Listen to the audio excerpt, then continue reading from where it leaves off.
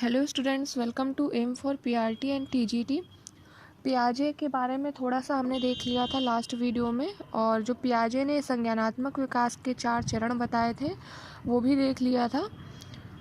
अब इसके बाद जो पियाजे थे, जीन पियाजे, इन्होंने कुछ कह सकते हैं इनके कुछ मेन पॉइंट्स थे या कुछ इम्पॉर्टेंट इन्होंने शब्द दिए थे या बताया था जो कि संज्ञानात्मक विकास से जुड़ा है, बाल के विकास से जुड़ा है।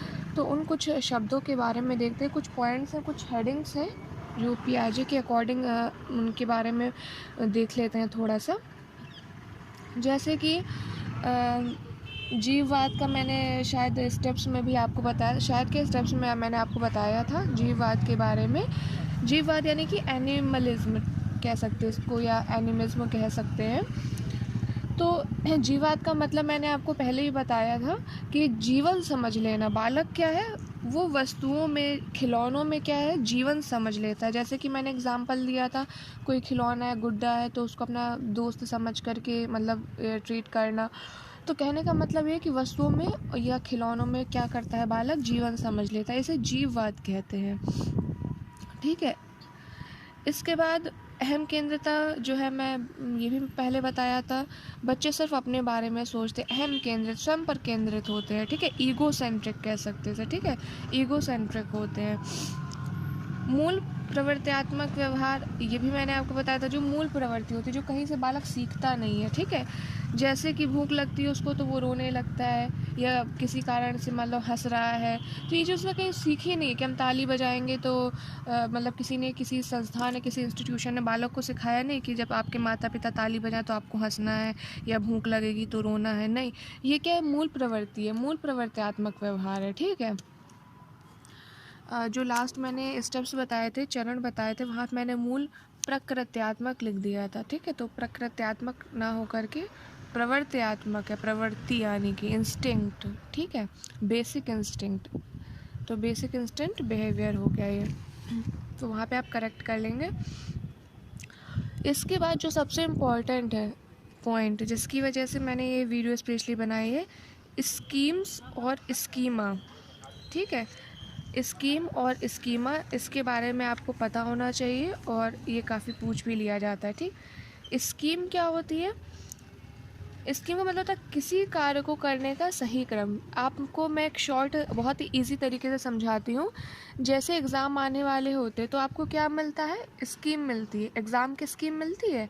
उसमें क्या होता है, किस तारीख को किस सब्जेक्ट का एग्ज़ाम है, कितने बजे से लेकर कितने बजे तक है, सब दिया रहता है, ठीक है। फिर इस तारीख को इस चीज़ का एग्ज़ाम है, इतने बजे से इतने समय तक। कहने का मतलब एक क्रम में बिल्कुल अरेंज रहता है स्कीम। तो अगर आप भूल जाइए, मैंने एग्जांपल आपको क्यों दिया, कई बार क्या होता है कि हम डेफिनेशन पढ़ लेते हैं या थ्योरी पढ़ लेते हैं या एग्जांपल भी याद कर लेते हैं, रट लेते हैं, वहाँ एग्ज़ाम में कुछ आ जाता है या कुछ और तरीके से पूछा जाता है, तो भूल जाते हैं कि क्या था स्कीम, क्या था स्कीमा, ठीक है, या कन्फ्यूजन हो जाती है स्कीम और स्कीमा में। तो इस तरह से याद रखेंगे, एग्ज़ाम स्कीम में क्या होता है, बिल्कुल अरेंज करके दिया रहता है, एक सही क्रम में दिया रहता है, ठीक है। वही हो गया स्कीम, यानी कि योजनाएं कह सकते हैं इसको एक तरीके से, ठीक है, किसी भी कार्य को करने का सही क्रम। जैसे कि कोई छोटा बच्चा है, क्योंकि यहाँ पे बाल विकास की बात हो रही है, तो यहाँ पे बालक को एग्जाम्पल लेके, ये तो मैंने आपको इजी एग्जाम्पल इसलिए बता दिया है ताकि अगर आप भूल रहे हो तो आप इस तरीके से याद कर सकते हैं। तो इसको एग्जाम्पल समझेंगे, जैसे कोई बच्चा है, अब उसको सुबह स्कूल जाना है, तो वो क्या करेगा, सुबह उठेगा, अपना जो भी जो है तैयार होगा, नाश्ता करेगा, अपना बैग लगाएगा, कॉपी किताबें रखेगा, टिफ़िन रखेगा, पानी की बोतल रखेगा, फिर स्कूल बस के में जाएगा, स्कूल जाएगा। कहने का मतलब एक क्रम से वो होता है, ठीक है। ऐसा तो नहीं है कि पहले बच्चा उठा, फिर उसने वो स्कूल की बस के लिए चला गया, फिर वहाँ से लौट के आया, फिर उसने बैग उठाया, फिर वापस चला गया बस के लिए, फिर वहाँ बस के स्टैंड पे खड़ा होकर नाश्ता किया। नहीं, एक सही क्रम जो है बताया गया है, ठीक है। इस क्रम से बालक जो है अपने स्कीम्स, अपनी योजनाएं बनाता है, ठीक है। या जो बालक का कार्य को करने का है, जो वो एक सही क्रम होता है, एक स्कीम होती है, ठीक। अब स्कीमा क्या,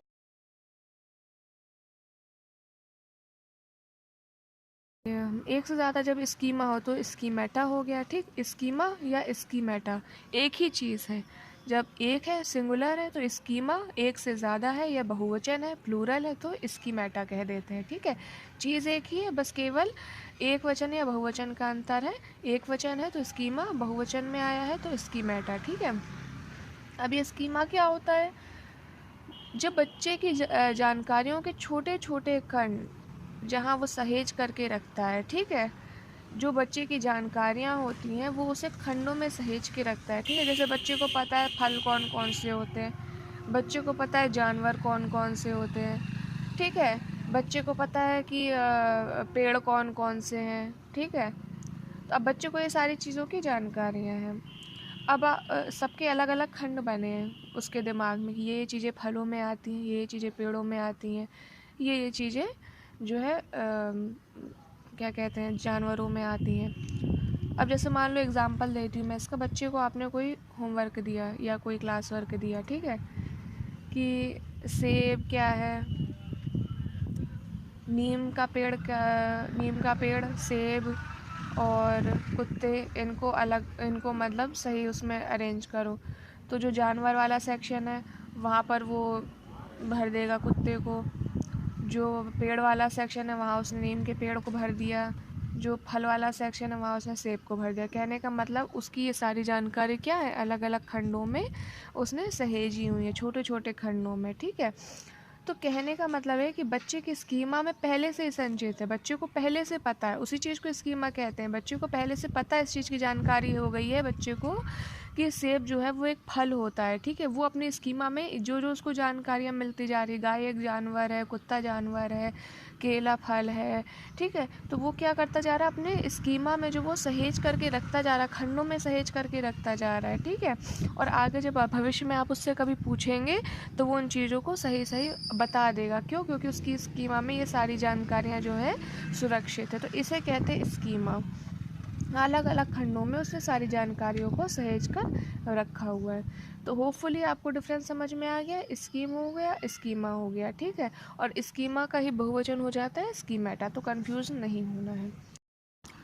फिर इसके बाद आ जाता है संगठन, यानी कि ऑर्गेनाइजेशन। अब संगठन क्या होता है कि जो भी जानकारियाँ होती हैं बच्चा उन्हें स्कीमा में भेजने से पहले व्यवस्थित करता है। ठीक है, जैसे कोई जानकारी उसको मिली, उसने कोई एक फल देखा, नया फल देखा पपीता, जो उसने पहले नहीं देखा था या उसको पता नहीं था, देखा भी था तो उसको पता नहीं था, उसको जानकारी नहीं थी कि क्या है। उसको पता चला कि पपीता एक फल है। ठीक है, पपीता फल है, केला फल है। फिर उसने क्या किया, गाय देखी, कुत्ता देखा, उसको पहले नहीं पता था कि गाय कुत्ता क्या, उसको पता चला कि गाय जानवर होती है, कुत्ता जानवर है। ठीक है, तो उसने पपीते और केले को फलों वाले खंड में, फलों वाले स्कीमा में सुरक्षित करने से पहले क्या किया, सुव्यवस्थित किया। इसी को कहते हैं संगठन। यानी केला और पपीता को अलग उसने संगठित किया कि ये फल वाले स्कीमा में जाएगा, ये चीज़ें फल में आती हैं, और जो गाय है और कुत्ता है उसको उसने अलग संगठित किया, अलग से उसने उसको व्यवस्थित किया कि जो गाय है वो कुत्ता है, और जो गाय है और कुत्ता है वो जानवरों वाले उसमें आता है। ठीक है, तो उसने जानवरों वाले स्कीमा में उसको भेज दिया। तो कहने का मतलब है जो जानकारियाँ हैं स्कीमा में भेजने से पहले बालक सुव्यवस्थित करता है कि ये सब फल में है, ये सारी चीज़ें जानवरों के उसमें आती हैं, ये सब पेड़ों में आता है, ये सब फूलों में आता है, उसको अलग अलग व्यवस्थित करके उसने अपने स्कीमा में सहेज लिया। इसे क्या कहते हैं, संगठन कहते हैं। फिर है वर्गीकरण, यानी कि क्लासिफिकेशन। ये सब चीज़ें लगभग मिलती है अगर आप बहुत अच्छे से इनको एग्जाम्पल के तौर पे अगर समझेंगे। जैसे मैं एग्जाम्पल समझा रही हूँ तो आप इसका बेसिक अंतर जो है, छोटा सा अंतर है, लगभग आपको बिल्कुल सेम लगेगा। अगर आपने इसको अच्छे से नहीं समझा, एग्जाम्पल से नहीं समझा, या इसको सिर्फ रटने की कोशिश करी, तो आप कन्फ्यूज़ हो जाएंगे, यहाँ गलती कर बैठेंगे। और अगर आपने इसका बेसिक समझा तो बिल्कुल माइन्यूट से अंतर है, छोटे से अंतर है, एक दूसरे से कनेक्टेड है, जुड़े हुए हैं, तो आप बहुत अच्छे से इन चीज़ों को समझ लेंगे और कोई भी गलती आपकी नहीं होगी। तो वर्गीकरण या क्लासिफिकेशन में क्या होता है, जो बालक है विशेषताओं और गुणों में अंतर या समानता देखते हुए अलग अलग समूहों में रखता है। ठीक है, कुछ गुण देख सकता है चीज़ों के कि ये गुण क्या है, समान है, या ये गुण क्या है, इनमें असमान है। तो उस आधार पर चीज़ों को अलग अलग समूह में वर्गीकृत कर देता है। ठीक है, जैसे फल है, ये गुण क्या है, ये सारे गुण फलों के होते हैं। तो ये सारी चीज़ें किस में आ गई, फलों में आ गई। ठीक है, उसने फलों को अलग समूह में रख दिया। ये खूबियाँ या ये विशेषताएं किसकी होती हैं, सब्जियों की होती हैं। तो उसने क्या किया, इन चीज़ों को सब्जियों के सेक्शन में रख दिया। ये विशेषताएं या गुण किसके हैं, ये फूलों के गुण हैं। तो इन सारी चीज़ों को उसने फूलों के सेक्शन में रख दिया। तो समानताओं और असमानताओं के आधार पर, कोई गुणों के आधार पर, मतलब गुणों में जो समानता या समानता है, उस आधार पर बालक ने क्या किया, फूलों को अलग सेक्शन में रख दिया, सब्जियों को अलग सेक्शन में समूह में रखा, और फलों को क्या किया, अलग समूह में वर्गीकृत कर दिया। तो इसी को कहते हैं वर्गीकरण करना। जैसे इसका एक और एग्जाम्पल ले लो कि गिनती दे दी आपने बच्चे को 1 से लेकर के 10 तक। ठीक है, 1 2 3 4 5 6 7 8 9 10। अब बच्चे से कहा कि सम और विषम संख्याओं को वर्गीकृत करो। तो बच्चे ने सम संख्याओं को अलग रख दिया है, 2 है, 4 है, 6 है, 8 है, सम संख्याएं हो गई। बाकी ये क्या है, ये विषम संख्याएं हो गई। तो उनके कुछ उसने गुणों में देखा कि 1 3 5 7 ये किस में आता है, विषम में आता है। तो उसको अलग अलग समूह में उसने क्या किया, वर्गीकृत कर दिया। फिर इसके बाद क्या हो गया, अनुकूलन, एडेप्शन। ये बहुत इम्पॉर्टेंट है, इसको थोड़ा अच्छे से समझेंगे। ठीक है, अनुकूलन करना, एडेप्शन करना क्या होता है, एक तरह से कह सकते हैं बैलेंस कर देना। ठीक है, जो भी उसकी पुरानी जानकारी थी, बालक के पास में जो पहले से जानकारी थी, जो पुरानी जानकारी थी, उस जानकारी और जो उसको अभी जानकारी मिल रही है या आगे नई जानकारी उसको मिल गई, उसके बीच में संतुलन करना। ठीक है, उसे कहते हैं अनुकूलन। अब ये होता क्या है, इसके 2 भाग होते हैं। ठीक है, एक होता है समावेशन और एक होता है समायोजन। समावेशन क्या होता है कि जो पुरानी जानकारी थी, ठीक है, पहले से बच्चे के पास कोई जानकारी थी, आपने उसको कुछ नई जानकारी प्रोवाइड करी, तो उस बच्चे ने क्या किया, पुरानी जानकारी में ही नई जानकारी को भी जगह दे दी। ठीक है, पुरानी जानकारी में ही नई जानकारी को जगह देना क्या हो गया, समावेशन हो गया। ठीक, जैसे इसका एग्जाम्पल देते हैं, बच्चे को पहले से पता है, यानी उसकी पुरानी जानकारी है कि कुत्ता होता है, कुत्ता एक जानवर है। ठीक है, लेकिन उसको ये नहीं पता कि बिल्ली क्या है, उसने बिल्ली कभी नहीं देखी है, उसको नहीं पता कि बिल्ली कौन होती है। ठीक, उसने पहली बार बिल्ली देखी, तो वो बिल्ली को भी क्या समझेगा कि ये भी कुत्ता है। क्यों, क्योंकि उसके भी पूँछ है, उसके भी कान है, उसकी भी 2 आँखें हैं, उसके भी 4 पैर हैं। तो वो क्या करेगा, बिल्ली को भी कुत्ता समझ रहा है। ठीक है, क्यों, क्योंकि उसको बिल्ली के बारे में पता नहीं है। कहने का मतलब 2 चीज़ों में अंतर नहीं कर पाना।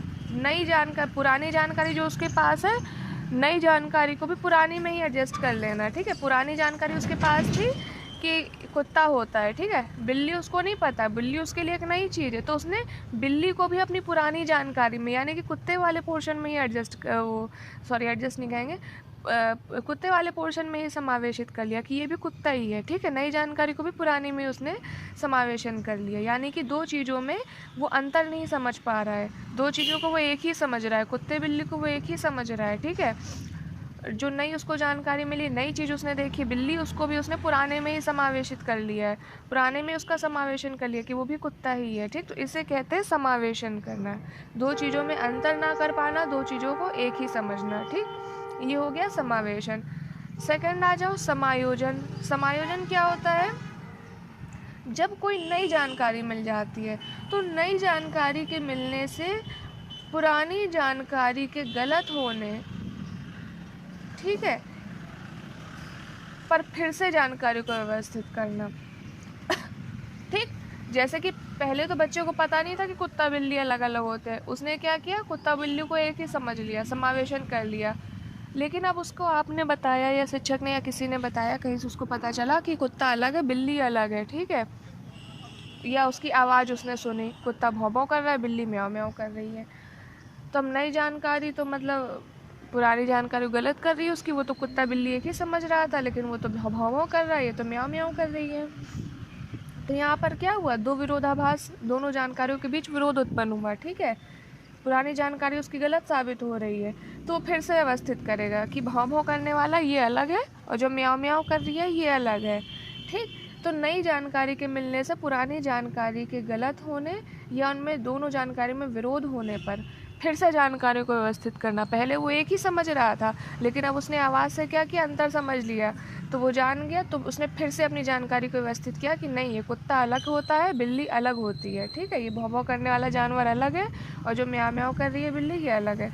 तो दो चीज़ों में अंतर को समझ जाना, ठीक है, ये समझ जाना कि ये दो चीज़ें जो हैं वो अलग अलग हैं, एक नहीं है, उसे समायोजन कहते हैं। तो शॉर्ट में अगर इसको समझें बहुत अच्छे तरीके से, समावेशन क्या होता है, दो चीज़ों में अंतर ना कर पाना, दो चीज़ों को एक समझ लेना, ये होता है समावेशन। समायोजन क्या होता है, दो चीज़ों में अंतर कर पाना और ये समझ जाना कि दोनों चीज़ें अलग अलग होती हैं, ये कहलाता है समायोजन, ठीक है। तो बहुत ही सिंपल सी लैंग्वेज में और बहुत ही सिंपल से एग्जाम्पल के द्वारा आपको समझा दिया। अगर आपको नहीं समझ आता है, कोई समस्या आती है, तो आप कमेंट करके पूछ सकते हैं। तो ये हो गया समायोजन। एक और इम्पॉर्टेंट थोड़ा सा वर्ड बचा है, वो है संतुलन, ठीक है। हिंदी में कई सारे नाम होते, तो इंग्लिश में आप याद रखेंगे इक्विलिब्रियम, ठीक है।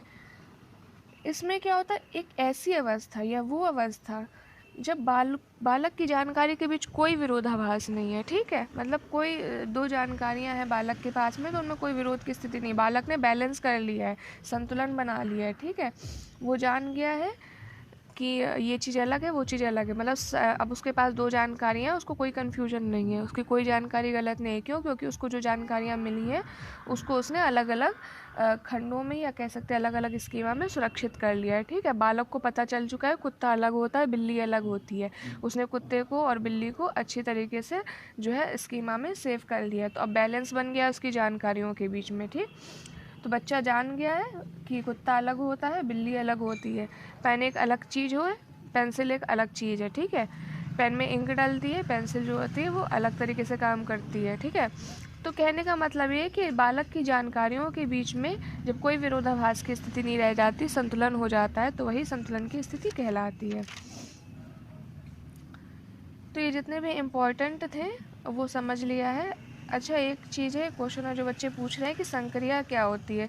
जो मैंने पियाजे के संज्ञानात्मक विकास के चरण बताए थे, उसमें संक्रियात्मक अवस्था, इस तरह से संक्रिया वर्ड आ रहा था। तो संक्रिया होती क्या है, ऑपरेशंस जो है ये किसे कहते हैं, संक्रिया का मतलब क्या है। तो संक्रिया का मतलब होता है कोई भी कार्य, ठीक है, कोई भी कार्य कह सकते हैं, कोई भी क्रिया कह सकते हैं, जिसे बालक एक अवस्था में पूरा कर लेता है, ठीक है, या पूरा कर रहा होता है, ठीक है, उसी को संक्रियाएं कहते हैं। यहाँ पे क्रिया वर्ड लगा है, ये आप याद रखेंगे तो आप भूलेंगे नहीं। संक्रिया, क्रिया शब्द लगा है, यानी वह क्रिया या वह कार्य जो बालक एक अवस्था में करता है या फिर करने का प्रयास करता है, वही संक्रिया हो गई, ठीक है। एक पर्टिकुलर स्टेज में, जिस पर्टिकुलर स्टेज में बालक जो है किसी एक पर्टिकुलर क्रिया को करता है या क्रिया को कर रहा होता है या करने का प्रयास करता है, उसी क्रिया को या उसी कार्य को उस अवस्था की, उस स्टेज की या उस चरण की संक्रिया कहते हैं, ठीक। तो ये संक्रिया हो गई। खैर, और इसके बाद पियाजे के विकास संज्ञानात्मक विकास के चरण सारे हमने बता दिए थे, कुछ इंपॉर्टेंट पॉइंट थे ये भी बता दिए थे, ठीक है। पियाजे के एक चीज़ और बता दूं मैं, जो ये सारे चरण हैं ये गुणात्मक होते हैं, ठीक है। कहने का गुणात्मक का मतलब है कि ये सिर्फ गुण बताते हैं, ठीक है, मात्रा नहीं बताते, मात्रात्मक नहीं है ये चरण, ठीक है, गुणात्मक है। और हर चरण में क्या होता है, नए नए गुणों का विकास हो रहा है। जैसे कि अगर आपने प्रीवियस वीडियो ना देखी हो तो आप देख सकते हैं, हर चरण में क्या है, बच्चे में एक नया गुण डेवलप हो रहा है। ये जो पुराना गुण जो अपनी एक कमज़ोर अवस्था में या निम्न अवस्था में था, जिसकी शुरुआत हुई होती, वो आगे जाके अगले चरण में और परिपक्व हो रहा होता है, ठीक है। और इनका पियाजे का, ये भी जो पियाजे ने सिद्धांत दिया है, तो ये सारे सिद्धांत क्या है, ना तो इनका क्रम बदला जा सकता, ना ही गुण, ठीक है। मतलब कहने का मतलब ये कि इनका एक निश्चित क्रम है। ऐसा नहीं कि पहले मूर्त अवस्था आ गई, फिर उसके बाद में संवेदी पेशी अवस्था आई, नहीं, पहले संवेदी पेशी अवस्था आएगी, ठीक है, फिर पूर्व संक्रियात्मक आएगी, फिर मूर्त आएगी, फिर अमूर्त आएगी, एक क्रम में है, ठीक है। तो इनके क्रमों को नहीं बदला जा सकता। और साथ ही साथ गुण है, जैसे कि क्या कहते हैं, पहले क्या होगा, अतार्किक जो है चिंतन करता है वो, ठीक है। फिर उसके बाद तार्किक चिंतन जो है डेवलप होता है। ऐसा नहीं कि पहले तार्किक चिंतन डेवलप हो गया। या इसको और आसान भाषा में समझे तो जैसे बालक पहले मूर्त चीज़ों को जो सामने दिखाई दे रही है उन्हें सीखेगा, बाद में अमूर्त चिंतन करने में वो परिपक्वता हासिल करता है, ठीक। तो कहने का मतलब इनके क्रम और गुण जो होते हैं एक जो है क्रम में या श्रृंखला में चलते हैं, इनका क्रम बदला नहीं जा सकता, ठीक। इनके एक बहुत ही इम्पोर्टेंट लाइन है जो कि ऐसे पूछ लिया जाता है कि किसने कहा था कि विकास का इतना अच्छा सिद्धांत या एक ऐसा सिद्धांत पियाजे जैसा जीनियस ही दे सकता है, या पियाजे को जीनियस किसने कहा था। ऑप्शन दिए रहेंगे तो सही आंसर इसका आइंस्टीन ने कहा था कि विकास का ऐसा सिद्धांत पियाजे जैसा जीनियस ही दे सकता है। तो ये कुछ इम्पोर्टेंट पॉइंट थे जो कि थोड़े से लग रहे थे कि आपको ये जानने चाहिए, और इस तरह से जो पियाजे का सिद्धांत है वो पूरा कंप्लीट हो गया। अगर कुछ भी समझ ना आया आपको तो आप पूछ सकते हैं। नेक्स्ट वीडियो में जेरोम ब्रूनर का सिद्धांत और रह गया, उसको कवर कर लेंगे। बहुत बड़ा सिद्धांत नहीं, बहुत ही छोटा सा सिद्धांत है, 3 ही अवस्थाएं उनके सिद्धांत में, तो बस तुरंत ही कंप्लीट हो जाएंगी, बहुत ज़्यादा बड़ी वीडियो भी नहीं बनेगी, ठीक है। और इसके बाद अब सीधे एनसीईआरटी पर आ जाते हैं। पेडागोजी तो चलती रहेगी साथ में, पर साथ साथ जीके और एनसीईआरटी कंप्लीट करते हैं, क्योंकि केवीएस के लिए एनसीईआरटी बहुत ही इंपॉर्टेंट है, बहुत ज़्यादा इंपॉर्टेंट है, पीआरटी टीजीटी दोनों के लिए, ठीक है। तो बुक्स के चैप्टर्स जो हैं वो सब आपके हाईलाइटेड हो गए हैं। सिर्फ साइंस की 1 या 2 बुक्स बची हैं हाईलाइट करने के लिए, और हिस्ट्री की 1 बुक बची हुई है। बाकी हिस्ट्री, ज्योग्राफी, साइंस आपकी पूरी हाईलाइट हो चुकी है। और ईवीएस है तो वो आपका बिल्कुल मैं नोट्स के हिसाब से कंप्लीट करा लूँगी, क्योंकि ईवीएस में ज़्यादा कुछ नहीं है। 3 to 5 ईवीएस है, 6 to 10 की आपकी जो है एनसीईआरटी हिस्ट्री, ज्योग्राफी और साइंस की है जो कंप्लीट करानी है।